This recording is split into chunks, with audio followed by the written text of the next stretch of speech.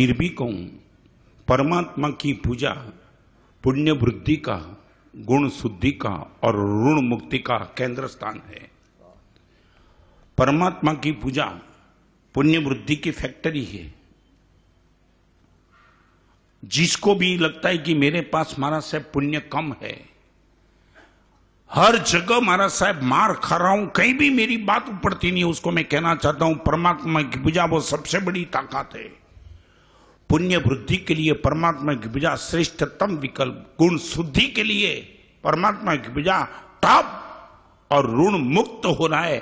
परमात्मा की पूजा किए बिना ऋण मुक्त नहीं हो पाएंगे। जिसको भी पुण्य वृद्धि, गुण शुद्धि और ऋण मुक्ति तीनों चाहिए, उसको परमात्मा की पूजा छोड़ के कुछ नहीं हो पाएगा। और आपको थोड़ा बुरा लगे, माने थोड़ा कठोर लगे तो बताऊं, मलदारी हेमचंद्र जी ने विशेष आवश्यक भाष्य नाम के ग्रंथ में वो लिखा है कि परमात्मा की पूजा जिसको नहीं करना है उसको स्नान करने का अधिकार नहीं है। स्नान उसको ही करना है जिसको परमात्मा की पूजा करना है। No right for bath.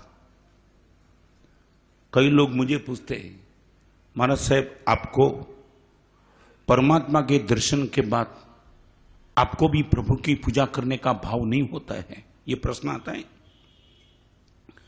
मगर हमारे जीवन में स्नान नहीं है और इसलिए परमात्मा की पूजा नहीं है।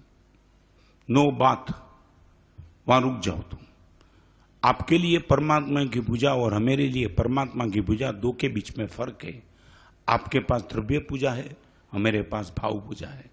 और भाव पूजा का अर्थ वो लिखा है विशेष भाष्य नाम के ग्रंथ में कि परमात्मा के वचन का पालन करना वो परमात्मा की भाव पूजा है। भाव पूजा, भाव पूजा तो साधु नाम अभेदोपासनात्मिका। भगवान के वचन की आराधना करना वही परमात्मा की भाव पूजा है। ये चंदन, धूप, दीप, केसर, सुखड़, पुष्प, उनसे पूजा करना वो द्रव्य पूजा है।